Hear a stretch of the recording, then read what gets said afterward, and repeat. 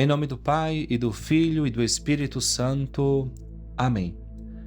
Queridos irmãos e irmãs, celebramos o 28º domingo do tempo comum. E o evangelho deste domingo toca basicamente 3 temas.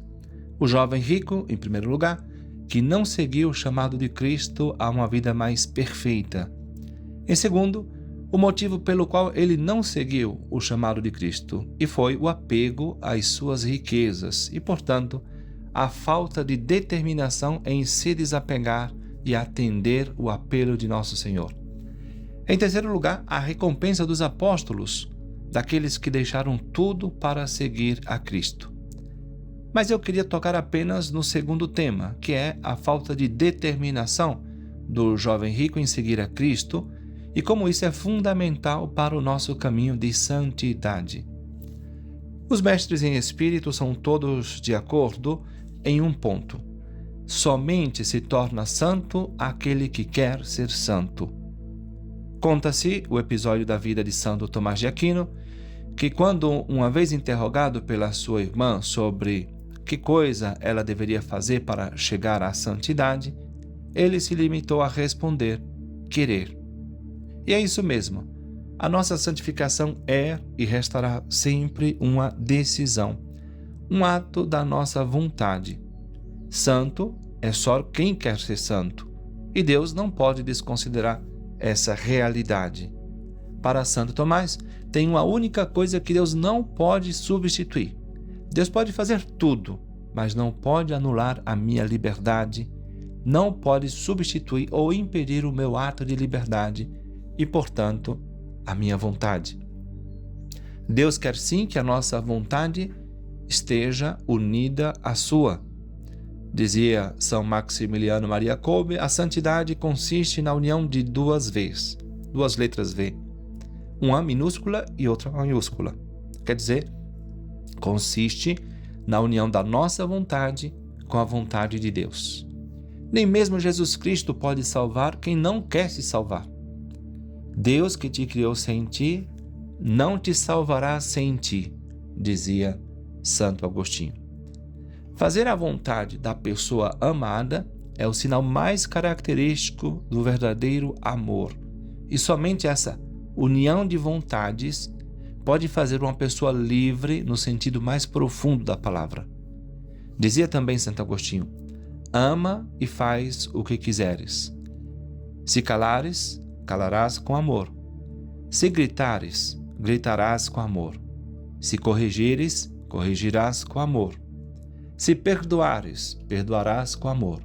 Se tiveres amor enraizado em ti, nenhuma coisa a não ser o amor será o teu fruto. O que faltou ao jovem rico e não pode faltar em nós é o desejo de santidade. O desejo, em geral, é um movimento da alma a um bem ausente, quer dizer que nós não temos, mas que é possível de alcançar. O desejo de santidade, ou também desejo de perfeição, é um ato da vontade que, mediante a graça, aspira incessantemente ao progresso espiritual para chegar à santidade.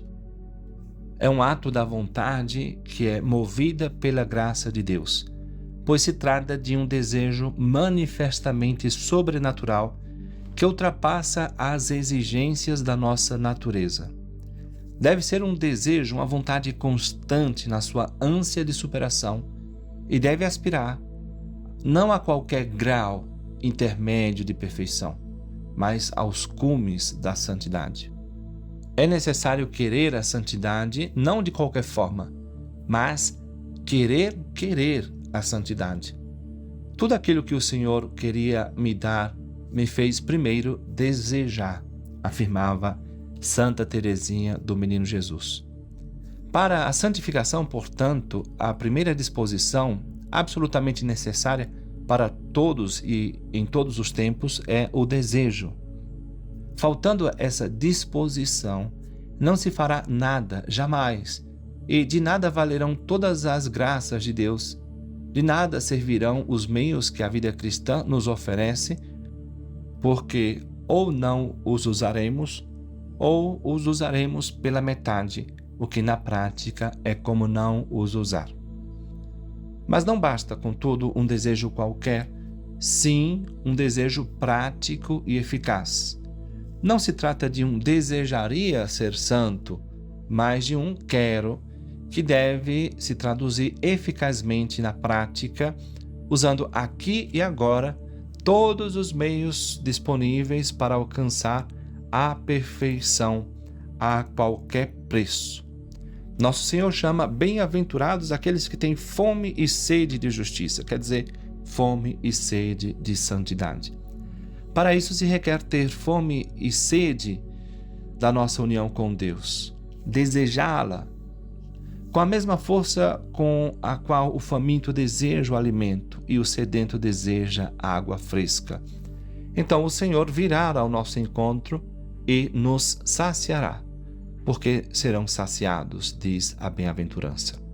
Imagino que todos nós queiramos a santidade, mas o que conta diante de Deus é a escolha radical da nossa liberdade, quer dizer, da vontade fundamental.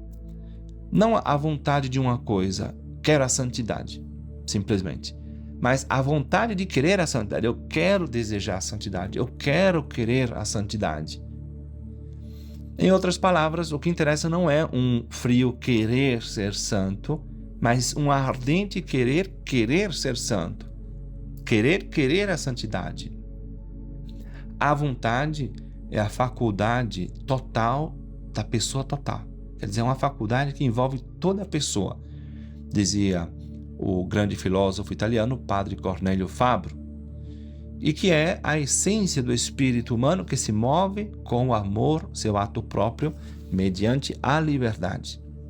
Suficiente, portanto, em si mesma para definir o homem, porque nós somos aquilo que queremos e, por conseguinte, aquilo que amamos.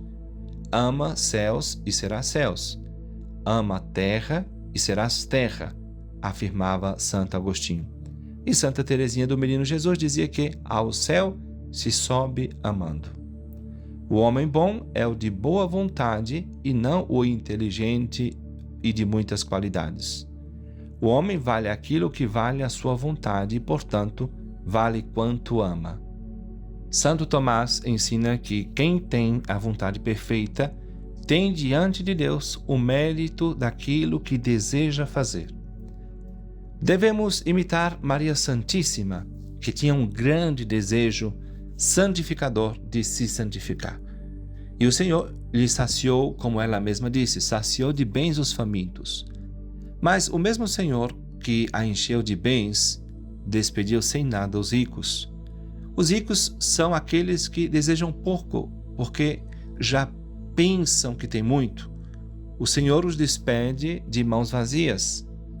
Confiemo-nos, irmãos, à Santíssima Virgem e peçamos-lhe que dobre a nossa vontade e que nos ensine a querer ser santos.